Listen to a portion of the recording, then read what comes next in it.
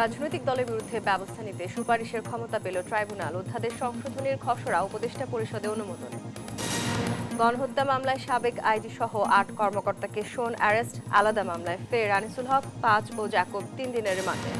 আওয়ামী লীগকে নিয়ে বক্তব্যের ভুল ব্যাখ্যা করা হয়েছে। ফেনীতে ফখরুল, কোনো দলকে নিষিদ্ধ করা হবে কিনা সিদ্ধান্ত জনগণের।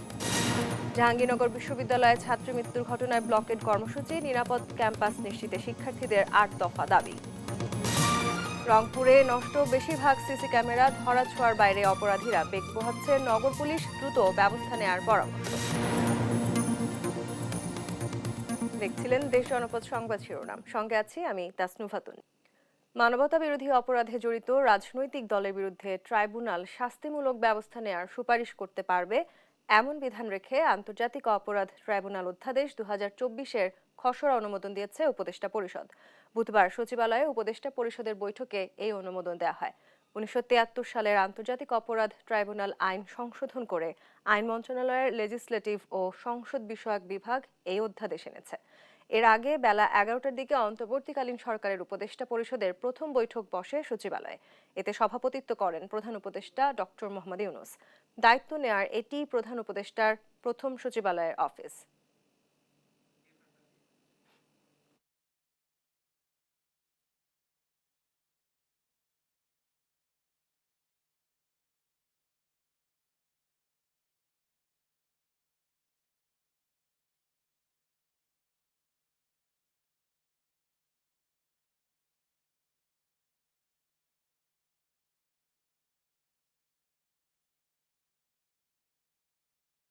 সচিবালয়ে উপদেষ্টা পরিষদের বৈঠকের বিষয়ে ব্রিফিং করছেন মন্ত্রিপরিষদ সচিব। আমরা সরাসরি চলে যাচ্ছি সেখানে। আপনার প্রশ্ন করলে নাম বলবেন এবং আপনার প্রতিষ্ঠানের নাম বলবেন।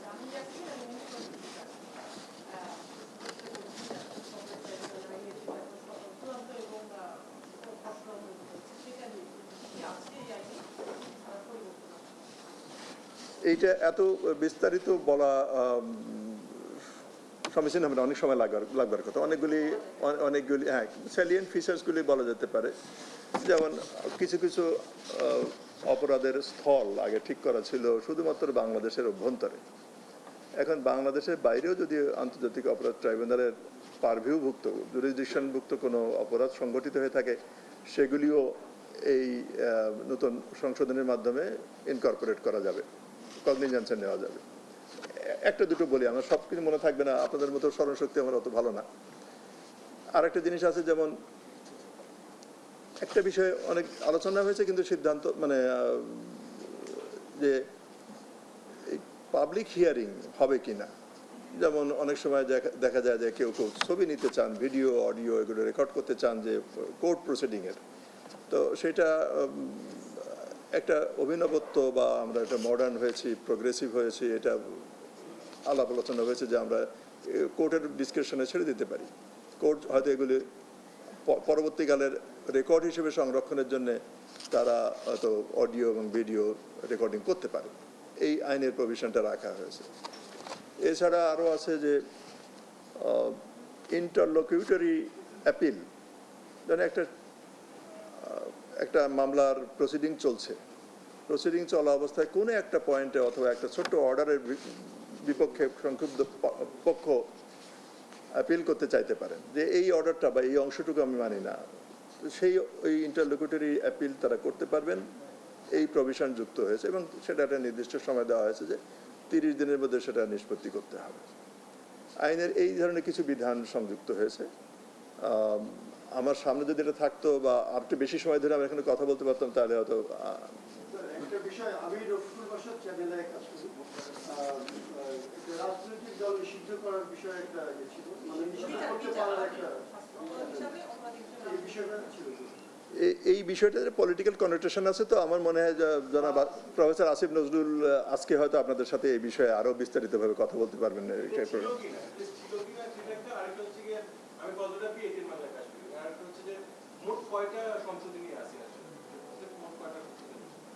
অন্তত 20টা সেকশনের সংশোধনী আছে। আলোচনা হ্যাঁ, এটা টেবিলে ছিল, ওই বিষয়টা টেবিলে ছিল, কিন্তু সেই বিষয়ে কি আলোচনা হয়েছে আমার মনে হয় আপনারা আরো বিস্তারিত না শুনলে তৃপ্ত হবেন না। এটা প্রফেসর আসিফ নজরুল মাননীয় উপদেষ্টা, উনি যখন আপনাদের সাথে বলবেন তখন আরো সুন্দরভাবে উনি বুঝাতে পারবেন, আপনারা আরো ভালোভাবে বুঝতে পারবেন। স্যার, এই শিডিউলের বাইরে কোনো কিছু ছিল কিনা, যে বর্তমান আইন শৃঙ্খলা পরিস্থিতি, বাজার মূল্য বা এই ধরনের কোনো কিছু জানতে? বাজার মূল্য নিয়ে আজকে পার্টিকুলারলি খুব আলোচনা হয়নি, তবে শ্রম পরিস্থিতি নিয়ে আলোচনা হয়েছে। শ্রম পরিস্থিতিতে আসলে সকলেই উদ্বিগ্ন। আমাদের বিভিন্ন পয়েন্টে দেখা গেছে যে কতগুলি গলার কাটার মতো কিছু সংস্থা বা প্রতিষ্ঠান বা কোম্পানি রয়ে গেছে, যাদের কারণে অন্যরাও ক্ষতিগ্রস্ত হচ্ছে। তাদের আশেপাশের যেগুলি ভালোভাবে রান করার মতো কোম্পানি, তারাও দেখা যাচ্ছে এফেক্টেড হচ্ছে। এই সবগুলি নিয়ে কথা হয়েছে। এই কথাটা চলমান, আপনারা বুঝতে পারছেন যে এটা তো একদিন দুদিনে রিজলভ করে ফেলা যায় না। এখানে আর্থিক সংশ্লেষ আছে, এখানে ম্যানেজারিয়াল বিষয় আছে, সেগুলি আলাপ হয়েছে। সচিবালয়ে ব্রিফ করছিলেন মন্ত্রী পরিষদ সচিব, আমরা সরাসরি যুক্ত ছিলাম সেখানে। জুলাই অগাস্ট গণহত্যার সুপ্রিম কমান্ডার ছিলেন তৎকালীন আইজিপি চৌধুরী আব্দুল্লাহ আল মামুন, আর সাবেক সেনা কর্মকর্তা জিয়াউল হাসানকে বসনিয়া হার্জেগোভিনিয়ার কসাই রাদোভান কারাদিচের সঙ্গে তুলনা করেছে প্রসিকিউশন। আন্তর্জাতিক অপরাধ ট্রাইব্যুনালে ৮ পুলিশ ও সেনা কর্মকর্তার উপস্থিতিতে শুনানিতে একথা বলেন চিফ প্রসিকিউটর। পরে তাদের কারাগারে পাঠানোর পাশাপাশি ১ মাসের মধ্যে তদন্ত প্রতিবেদন দিতে নির্দেশ দেন ট্রাইব্যুনাল। চিফ প্রসিকিউটর জানান, বাংলাদেশ সহ গোটা দুনিয়া দেখবে গণহত্যার স্বচ্ছ বিচার হয়েছে। সাবরিনা মজুমদারের প্রতিবেদন, জানাচ্ছেন মোহাম্মদ সাকিব। কিছুদিন আগেও যাদের দায়িত্ব ছিল অপরাধীদের বিচারের কাঠগড়ায় দাঁড় করানো, তারাই এখন হাজির হয়েছেন অপরাধী হয়ে বিচারের কাঠগড়ায়। জুলাই আগস্ট গণহত্যা মামলায় বুধবার ট্রাইব্যুনালে আনা হয় সাবেক আইজিপি সহ পুলিশ ও সেনাবাহিনীর সাবেক ৮ কর্মকর্তাকে। এজন্য নিশ্চিত করা হয় কড়া নিরাপত্তা। প্রিজন ভ্যানে করে একে একে আসেন জসিমউদ্দিন মোল্লা, যাত্রাবাড়িতে গণহত্যার বাস্তবায়নকারী সাবেক ওসি আবুল হাসান, সাভারের হত্যা ও লাশ পুড়িয়ে ফেলার মদতদাতা শহীদুল ইসলাম, সাবেক আইজিপি আব্দুল্লাহ আল মামুন ও আয়নাঘরের জনক জিয়াউল আহসান। পরে সবাইকে গ্রেপ্তার দেখানো হয়। এদিন এজলাস কক্ষ ছিল কানায় কানায় পূর্ণ। এজলাস কক্ষে ঢোকার সময় কেউ ছিলেন মাথা নত করে, কেউ আসেন মুখ ঢেকে, হাউমাউ করে কেঁদেও ফেলেন একজন। জিয়াউল আহসান কিছু বলতে চেয়েও ভাষা হারিয়ে ফেলেন। সব মিলিয়ে এক অন্যরকম পরিবেশ ছিল এজলাস কক্ষে। শুনানির শুরুতে চিফ প্রসিকিউটর তুলে ধরেন জুলাই আগস্ট গণহত্যায় পুলিশ কর্মকর্তাদের পৈশাচিক ভূমিকার কথা। সাবেক আইজিপি আব্দুল্লাহ আল মামুনকে গণহত্যা সুপ্রিম কমান্ডার বলে অভিযোগ করেন তিনি। জুলাই আগস্টের সময়ে বাংলাদেশের পুলিশের মহাপরিদর্শক হিসাবে ছিলেন, পুলিশ বাহিনীর সুপ্রিম কমান্ডার ছিলেন। তার নেতৃত্বে গোটা বাংলাদেশের ৫৬,০০০ বর্গমাইল জুড়ে নিরস্ত্র নিরীহ ছাত্র জনতার উপরে নির্বিচার গুলিবর্ষণ করে প্রায় ২ সহস্রাধিক ছাত্রকে হত্যা এবং ২৫ সহস্রাধিক মানুষকে আহত এবং পঙ্গু করা বা চিরস্থায়ীভাবে দৃষ্টিশক্তি হারানো বা অঙ্গহানি করার মতো অপরাধ তারা সংগঠিত করেছেন। আর সাবেক সেনা কর্মকর্তা জিয়াউল আহসানকে কসাইয়ের সঙ্গে তুলনা করা হয়। তিনি বাংলাদেশের গুম, এনফোর্সড ডিসঅ্যাপিয়ারেন্স এবং এই গুমের পরে নিয়ে গিয়ে তাদেরকে যে পৈশাচিক অত্যাচার, তারপরে হত্যা করে লাশ বিভিন্ন জায়গায় ডিসপোজাল করে দেয়া, এই কালচারের জনক হচ্ছেন তিনি। শুনানি শেষে ১৯ ডিসেম্বরের মধ্যে তদন্ত প্রতিবেদন জমা দেওয়ার নির্দেশ দিয়েছেন ট্রাইব্যুনাল। তদন্ত শেষ না হওয়া পর্যন্ত গ্রেপ্তার থাকবেন তারা। মোহাম্মদ সাকিব, দেশ টিভি, ঢাকা। আলাদা হত্যা মামলায় সাবেক আইনমন্ত্রী আনিসুল হকের ৫ ও সাবেক উপমন্ত্রী আব্দুল্লাহ আল ইসলাম জাকবের ৩ দিনের রিমান্ড মঞ্জুর করেছেন আদালত। সকালে কঠোর নিরাপত্তায় তাদের ঢাকা চিফ মেট্রোপলিটন ম্যাজিস্ট্রেট আদালতে আনা হয়। এরপর উত্তরা পূর্ব থানার ফজলুল করিম হত্যা মামলায় আনিসুল হকের ১০ এবং রূপনগর থানার শামীম হাওলাদার হত্যা মামলায় ভোলার সাবেক সংসদ সদস্য জাকবের ১০ দিনের রিমান্ড আবেদন করে পুলিশ। উভয় পক্ষের শুনানি শেষে আদালত আনিসুল হকের ৫ ও জাকবের ৩ দিনের রিমান্ড মঞ্জুর করেন। এছাড়া মোহাম্মদপুর, মিরপুর, পল্টন, উত্তরা পূর্ব এবং পশ্চিম থানার মামলায় সালমান এফ রহমান, দীপুমণি, জুনায়েদ আহমেদ পলক ও কামাল আহমেদ মজুমদার সহ ৮ জনকে বিভিন্ন মামলায় গ্রেপ্তার দেখিয়ে কারাগারে পাঠানোর আদেশ দেয় আদালত।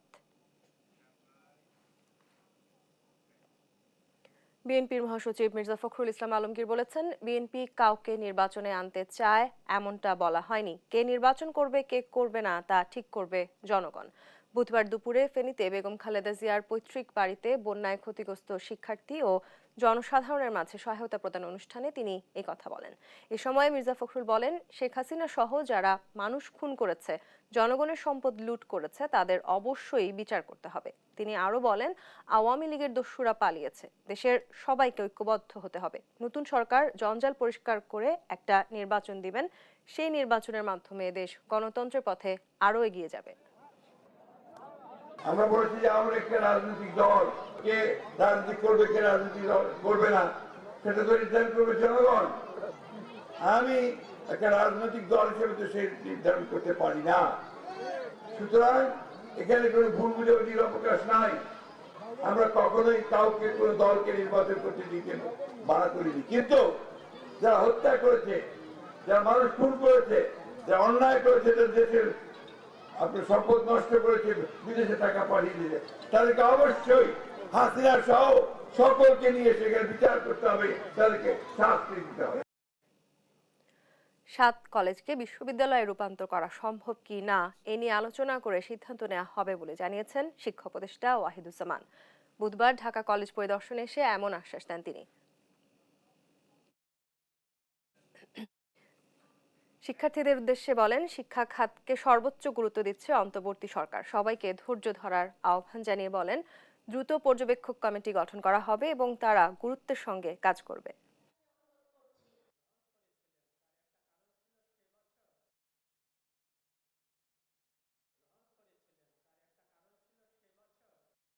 এই কলেজগুলোর একত্রিত একটা প্রাতিষ্ঠানিক রূপ দেবে।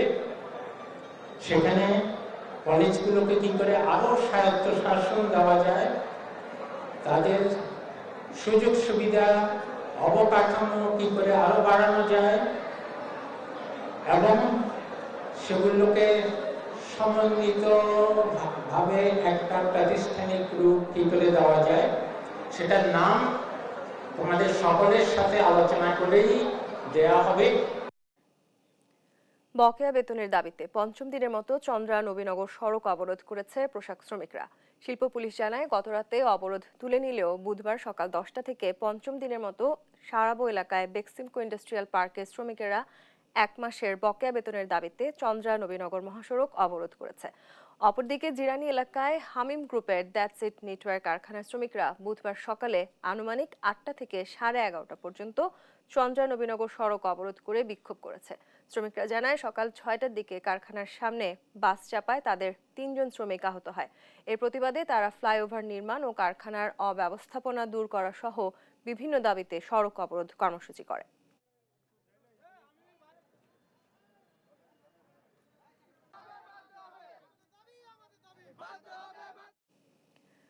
গাজীপুরে 6 দফা দাবি আদায়ের লক্ষ্যে বৈষম্য বিরোধী মেডিকেল টেকনোলজি ও ফার্মেসি ছাত্র সংগ্রাম পরিষদের ব্যানারে মানববন্ধন কর্মসূচি অনুষ্ঠিত হয়েছে।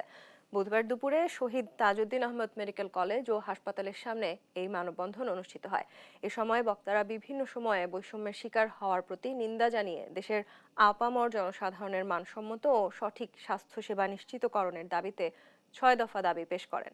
মানববন্ধনে বক্তব্য রাখেন মেডিকেল টেকনোলজি মোফাজ্জল হোসেন খান সহ অন্যান্যরা। এ সময় বৈষম্য বিরোধী মেডিকেল টেকনোলজি ও ফার্মেসি ছাত্র সংগ্রাম পরিষদের সদস্যরা উপস্থিত ছিলেন।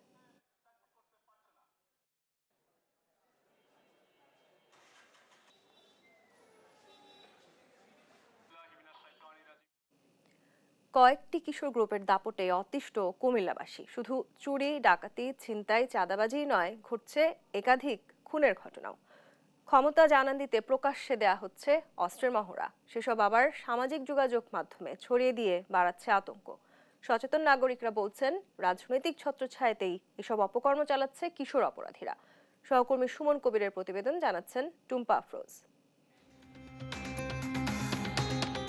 প্রকাশ্যে অস্ত্র নিয়ে চালানো হচ্ছে মহড়া। ভীতি ছড়াতে ও ক্ষমতার প্রভাব জানান দিতেই এমন প্রচারণার আশ্রয় নিয়েছে কিশোর গ্যাংয়ের সদস্যরা।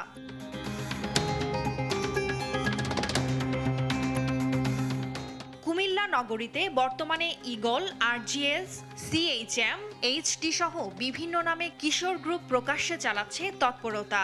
চুরি, ডাকাতি, ছিনতাই, ইফটিজিং, চাঁদাবাজি সহ নানা অপরাধ এখন তাদের নিত্যসঙ্গী। সেই সঙ্গে তারা ঘটিয়েছে একাধিক খুনের ঘটনাও। নগর উদ্যানের আশপাশ মোগলটুলি, তালপুকুর পাড়, ঠাকুরপাড়া সহ বিভিন্ন এলাকায় নিয়মিত শোডাউন করে কিশোর গ্রুপের এসব অপরাধীরা।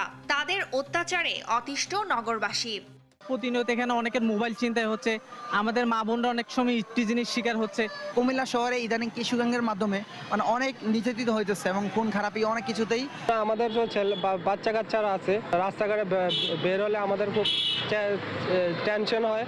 এদিকে সচেতন নাগরিকরা বলছেন, বিভিন্ন দলের রাজনৈতিক পৃষ্ঠপোষকতাই তাদের অপরাধে মদদ দিচ্ছে। তাই অপরাধের মূল উৎপাটনে রাজনৈতিক হোতাদের আনতে হবে আইনের আওতায়। বিভিন্ন মহল্লায় এই কিশোর গ্যাং কিন্তু সৃষ্টি হচ্ছে।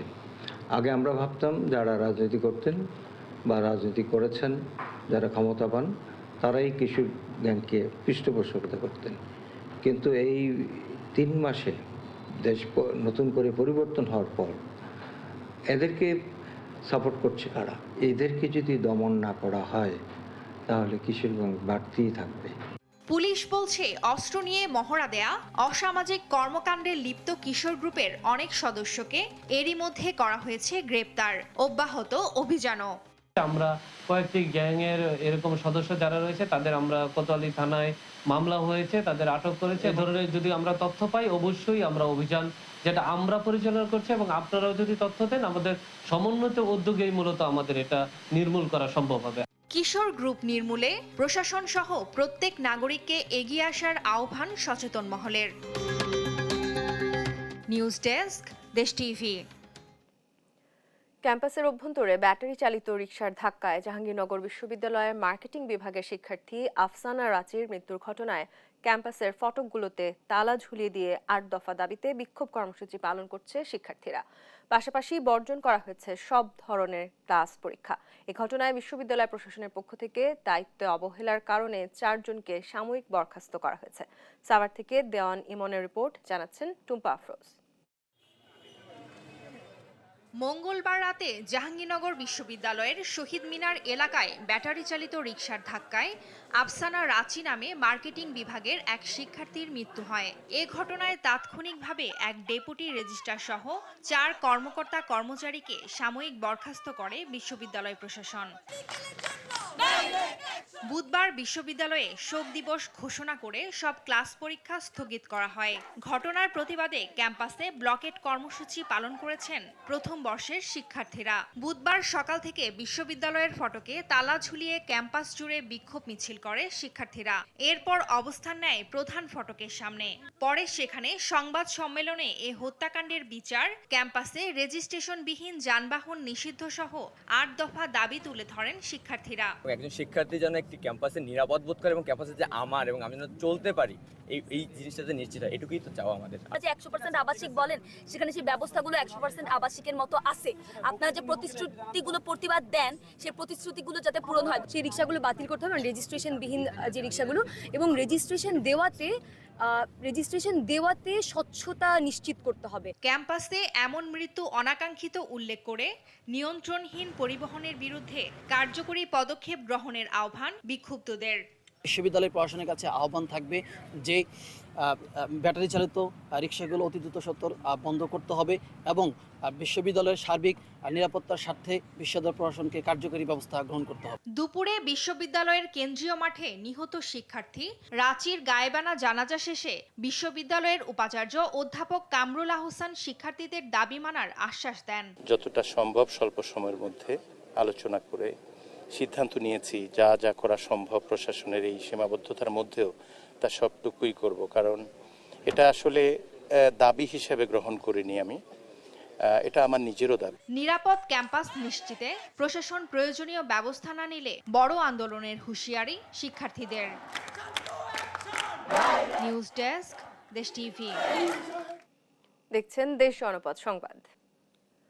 রংপুর নগরীতে অপরাধ নিয়ন্ত্রণ ও অপরাধী শনাক্ত করতে বেগ পোহাচ্ছে নগর পুলিশ। অপরাধ করেও ধরা ছোঁয়ার বাইরে অপরাধীরা। নষ্ট হয়ে গেছে 2.5 বছর আগে বসানো বেশিরভাগ সিসি ক্যামেরা। অপরাধী শনাক্তে এসব সংস্কার করে দ্রুত ব্যবস্থা নেওয়ার পরামর্শ নাগরিক কমিটির। রায়হানুল কবির শুভ্রর ডেস্ক রিপোর্ট। 31 অক্টোবর রাত 12টা রংপুরের টাউন হল এলাকা।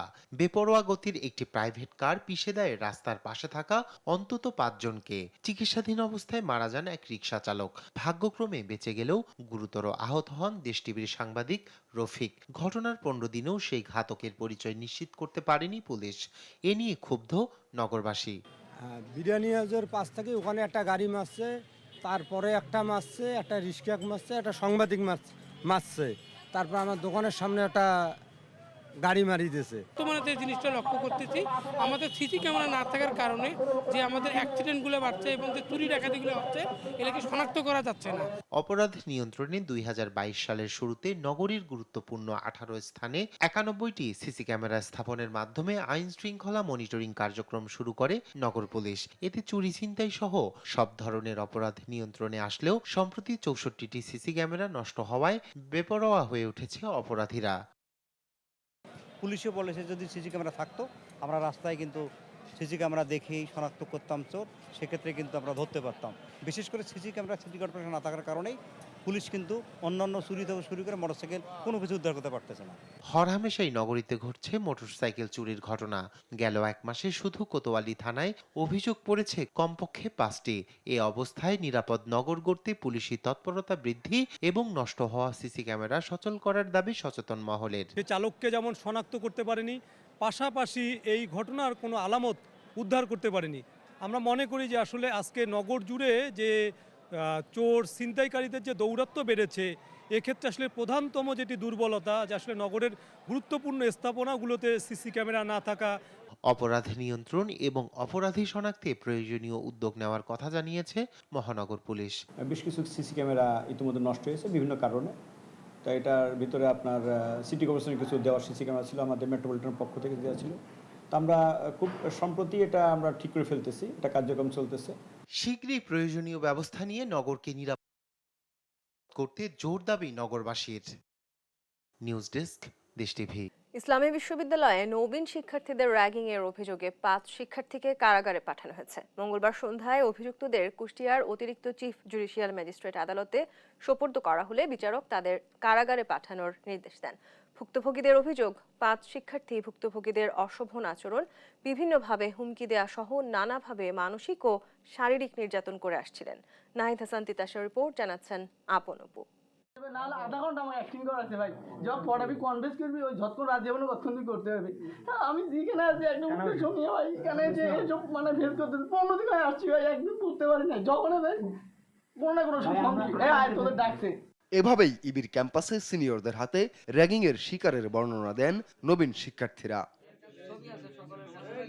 সেই সঙ্গে বিভিন্ন সময়ে অশোভন আচরণ, হুমকি দেয়া সহ মানসিক ও শারীরিক নির্যাতনের অভিযোগ উঠে কুষ্টিয়ার ইসলামী বিশ্ববিদ্যালয়ের 9 শিক্ষার্থীর বিরুদ্ধে। শাহিনুজ্জামান এমন অভিযোগে 9 জনের বিরুদ্ধে ইবি থানায় মামলা করেন লালন শাহ আবাসিক হলের প্রথম বর্ষের শিক্ষার্থী তারেক। আসামিরা হলেন ফিন্যান্স অ্যান্ড ব্যাংকিং বিভাগের সাব্বির, লিমন, সোহান, কান্ত, শফিউল্লাহ, তরিকুল, মুকুল ও জিহাদ এবং ল অ্যান্ড ম্যানেজমেন্ট বিভাগের সঞ্চয়।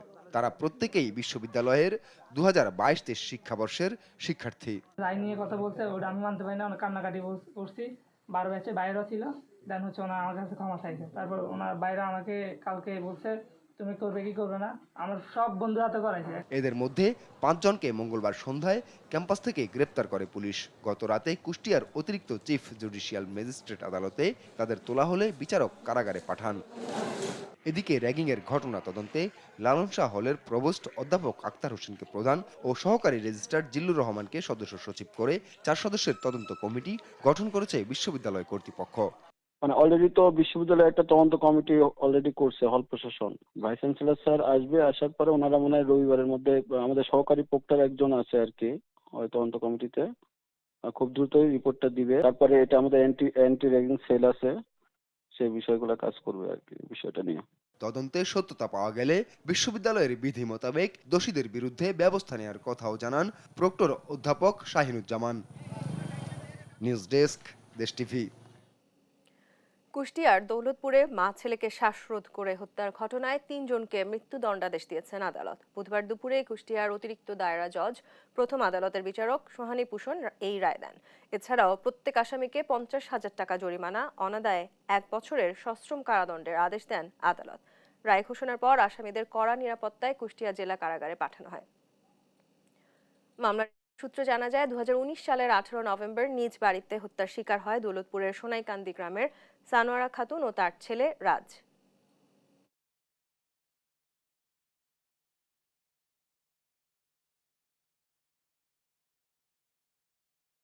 চট্টগ্রামে অস্ত্র ও মাদক উদ্ধারে অভিযান চালিয়ে 5 জনকে আটক করেছে যৌথ বাহিনী। বুধবার সকাল 6টায় কোতোয়ালি থানার সিআরবি বয়লার কলোনি বস্তি ও ফলমন্ডি এলাকায় অন্তত 500 ঘরবাড়িতে অভিযান চালিয়ে দেশীয় অস্ত্র, মদের বোতল, নগদ 15 লাখ টাকা সহ 5 জনকে আটক করা হয়। যৌথ বাহিনী জানায়, সিআরবি এলাকার চিহ্নিত অপরাধী হাতকাটা ইদু অবস্থান করছে এমন গোপন সংবাদের ভিত্তিতে অভিযান চালানো হয়। তবে তাকে না পাওয়া গেলেও উদ্ধার হয়েছে মাদকদ্রব্য এবং তার বোন ইরনিকে আটক করা হয়। তার বিরুদ্ধেও চুরি, ছিনতাই ও মাদকের অন্তত 16টি মামলা রয়েছে।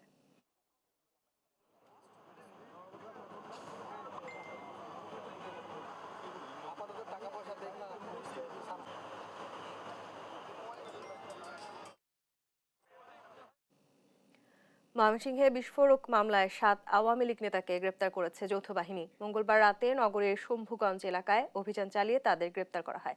এর আগে নগরীর নতুন বাজার বিএনপির দলীয় কার্যালয়ে ভাঙচুর ও অগ্নিসংযোগের ঘটনায় অজ্ঞাত 400 জনের বিরুদ্ধে বিস্ফোরক মামলা দায়ের করা হয়েছিল। গ্রেপ্তারকৃতরা হলেন নান্দাইল উপজেলা আওয়ামী লীগের সাধারণ সম্পাদক আমিনুল ইসলাম শাহান, নান্দাইল পৌরসভার সাবেক মেয়র রফিক উদ্দিন ভূঁইয়া, সাবেক পৌর আওয়ামী লীগের সাধারণ সম্পাদক সারওয়ার জামান, সাবেক ছাত্রলীগ নেতা মনিরুল হাসান। কোতোয়ালি মডেল থানার ভারপ্রাপ্ত কর্মকর্তা মোহাম্মদ শফিকুল ইসলাম খান জানিয়েছেন, গ্রেপ্তারকৃতদের 5 দিনের রিমান্ড। মুন্সিগঞ্জ সদরে পারিবারিক কলহের জেরে সামিয়া নামের এক গৃহবধূকে পিটিয়ে হত্যার অভিযোগ উঠেছে। নিহত সামিয়ার মা জানান, স্বামী বিদেশ থাকায় বিভিন্ন সময় তাদের যৌতুকের চাপ দিয়ে আসছিল শ্বশুরবাড়ির লোকজন। এক পর্যায়ে গত রাতে এই নিয়ে কলহের জেরে মেয়েকে পিটিয়ে হত্যা করা হয়। স্থানীয়দের কাছ থেকে খবর পেয়ে ছুটে এসে মেয়ের মরদেহ দেখতে পান তারা। ঘটনার পর থেকে পলাতক রয়েছে শ্বশুরবাড়ির লোকজন। নিহতের লাশ উদ্ধার করেছে পুলিশ। ময়নাতদন্তের পর ব্যবস্থা নেওয়ার কথাও জানিয়েছে পুলিশ।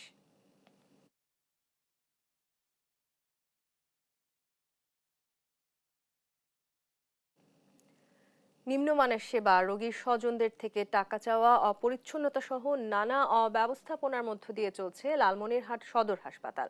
পোহাতে হচ্ছে নানা ভোগান্তি। এতে কাঙ্ক্ষিত সেবা না পেয়ে অনেকেই বাধ্য হচ্ছেন বেসরকারি ক্লিনিকের আশ্রয় নিতে। সহকর্মী জামাল বাদশার রিপোর্টে বিস্তারিত।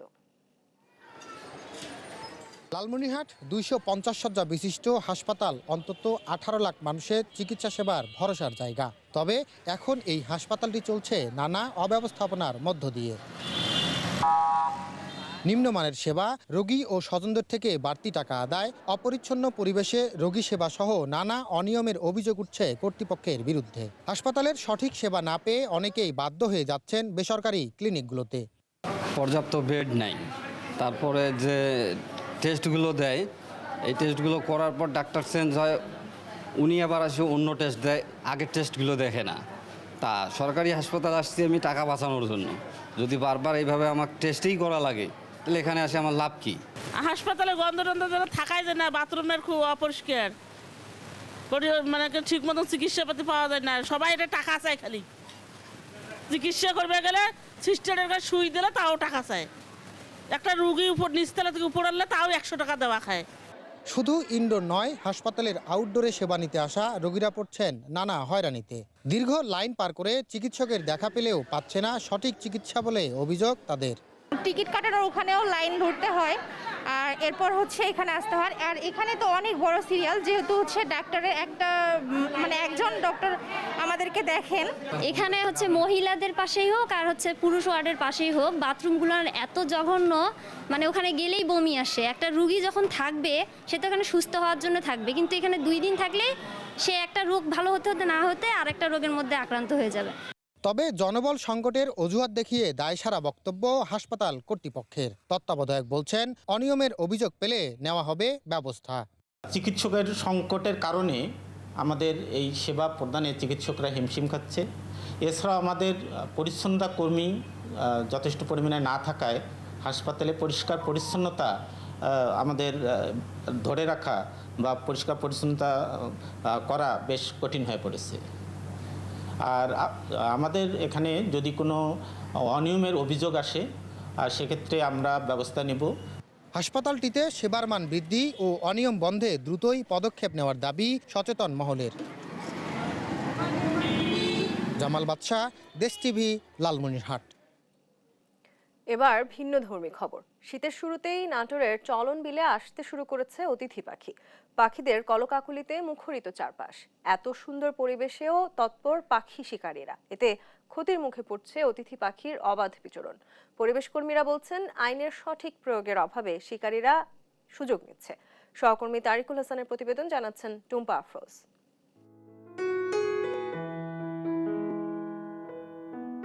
নাটোরের চলনবিল অপরূপ সৌন্দর্যের স্থান, যেখানে প্রতি বছর শীতে ঝাঁকে ঝাঁকে আসে পরিযায়ী পাখি। এবারও এসব পাখির কলতানে মুখরিত হচ্ছে সিংড়া, গুরুদাসপুর ও নলডাঙ্গার নদী, খাল ও জলাশয়ে। এদের মধ্যে উল্লেখযোগ্য পানকৌড়ি, হরিয়াল, শামুকখোল, বেলেহাঁস, বুনোহাঁস, সারস সহ বিভিন্ন প্রজাতির পাখি। প্রতিবার আমাদের চলন বিলে এবারও অনেক অতিথি পাখি এসেছে। এগুলো পাখি দেখতে সত্যি অনেক ভালো লাগে। অনেক প্রজাতির পাখি দেখি। পাখিগুলো আমাদের বন্ধু বান্ধব, আমরা সবাই মিলে দেখতে আসি। শীতের মৃদু তাপমাত্রা ও খাবারের সহজলভ্যতার কারণে পাখিরা ঝাঁকে ঝাঁকে এখানে আসে।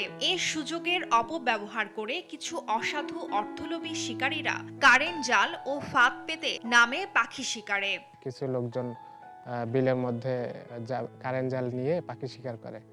তো আমরা অনেকে বাধা দিছি, কিন্তু আমাদের কথা শুনে নাই। পরিবেশ কর্মীদের অভিযোগ, বন্যপ্রাণী সংরক্ষণ আইনের যথাযথ প্রয়োগ না থাকায় দেদারসে চলছে পাখি শিকার ও বিক্রি। এতে চরম ক্ষতিতে প্রকৃতি ও জীববৈচিত্র্য। মানা করলে শুনে না, তারা কয় কেন মারবো, মারলে সমস্যাটা কি, আমার কাছে হুমকি দেয়। আমাদের সাথে যেন প্রশাসন থাকে, এখান থেকে আমরা পাখি রোধের সবসময় সক্রিয় থাকতে চাই। আইনের কঠোর প্রয়োগের মাধ্যমে পাখি শিকার রোধ করতে হবে বলে জানায় এই কর্মকর্তা। কিল্লা ঘর নামে একটি ঘর আছে, যে ঘরে প্রচুর পাখি শিকার করে থাকে। সেই সাথে আমরা কিন্তু পাখি রক্ষায় কাজ করছি, দুর্গম এলাকায় ছুটে যাচ্ছি। এদিকে পাখি নিধন রোধে জনসচেতনতা বাড়াতে উদ্যোগ নেয়ার কথা জানান উপজেলা নির্বাহী কর্মকর্তা। আমি এটুকু বলতে পারি, আমি আমার প্রশাসনের পক্ষ থেকে সর্বোচ্চ চেষ্টা করব যেন এখানে বন্য প্রাণী বা এই পাখি শিকার করা না হয়, এই দিকে আমি দৃষ্টি রাখবো এবং নির্মূল করার চেষ্টা করব। পরিবেশ কর্মীদের পাশাপাশি চলন বিলের জীববৈচিত্র্য রক্ষায় সবাইকে এগিয়ে আসার আহ্বান অনেকের। নিউজ ডেস্ক, দেশ টিভি। দেখছেন দেশ জনপদ সংবাদ।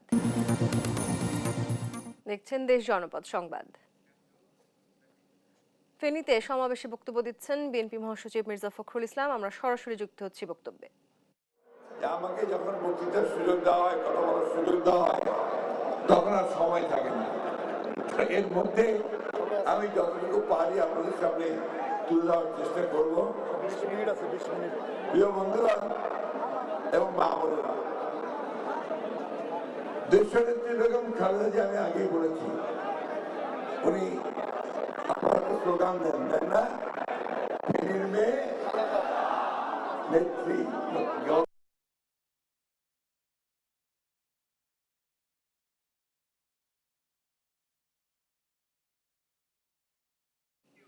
ফেনীতে বক্তব্য রাখছিলেন মির্জা ফখরুল ইসলাম আলমগীর। এই ছিল এখনকার দেশ জনপদ সংবাদ। পরের বুলেটিন দেখার আমন্ত্রণ রইল। ধন্যবাদ।